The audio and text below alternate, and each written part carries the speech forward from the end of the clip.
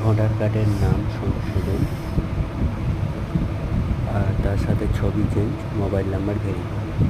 কারেকশানে click করলাম, করার পরে এই যে মোবাইল নাম্বার, আপনার মোবাইল নাম্বারটা লিখে দেবেন। দেওয়ার পরে ওই মোবাইল নাম্বার আমি দেখাতে পারছি না, মোবাইল নাম্বারে ওটিপি গিয়েছে, ওটিপিটা কমপ্লিট করলেন। করার পরে ভোটার রেজিস্ট্রেশনে ক্লিক করলেন, তারপর উপরে তুললেন, লেখা আছে কারেকশান এন্টারাইসেস, এখানে ক্লিক করলেন। তারপর লেটস স্টার্ট।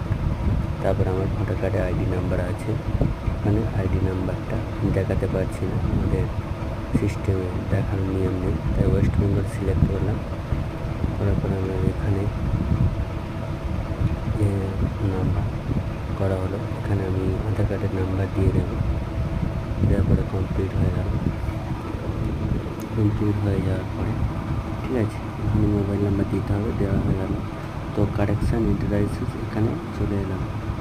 তো তারপরে নেক্সটে ক্লিক করলাম। নেক্সটের পরে আমি এখান থেকে সিলেক্ট করলাম নাম আর সিলেক্ট করছি মোবাইল নাম্বার, ফটো।